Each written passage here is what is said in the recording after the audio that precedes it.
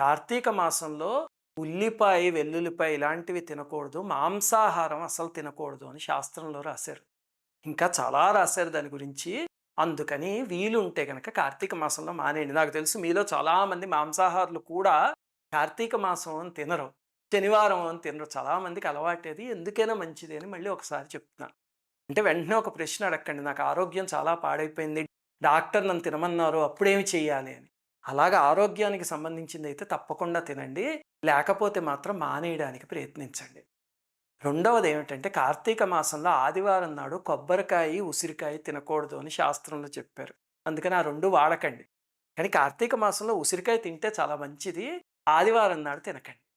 మూడవది ఎట్టి పరిస్థితుల్లోనూ ఈ నెలంతా మద్యం సేవించకండి. అంటే అవునా అండి, నాకు బాగా అలవాటైపోయింది. నాకు పూజ అంటే ఇష్టం కానీ తాగకుండా ఉండలేను. పరమేశ్వరుడి మీద భారం వేసి ప్రతిరోజు రుద్రాభిషేకం చేయండి.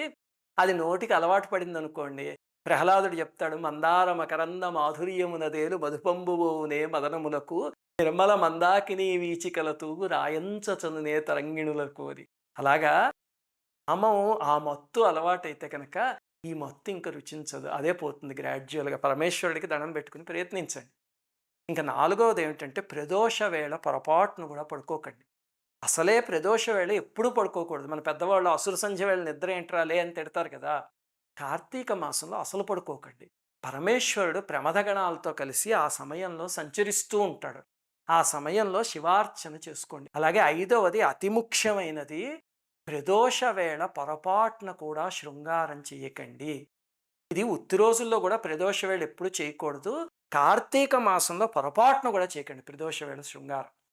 ఇంకా ఆఖరిది ఆరవది ఏమిటి అంటే కార్తీక మాసం అంతా శివకేశవ అభేదాన్ని పాటించండి. అంతేగాని కొంతమంది ఈ మధ్య కొన్ని సంస్థలు తయారవుతున్నాయి. ఏమిటంటే శివుణ్ణి దూషిస్తూ విష్ణు భక్తిని పెంచుదామని ప్రయత్నించటం, లేకపోతే దాని ఆపోజిట్. ఏవి అలాంటివి చేయకండి. కార్తీక మాసం శివుడికి, విష్ణువుకి ఇద్దరికీ ప్రీతి. ఎప్పుడూ చేయకండి ఇలాంటి పనులు. ఇవి చాలా దిక్కుమాలిన పనులు. అందులో కార్తీక మాసంలో అసలు చేయకండి. కార్తీక మాసంలో సంకల్పమే కార్తీక దామోదర ప్రీత్యర్థం అని చెప్తారు.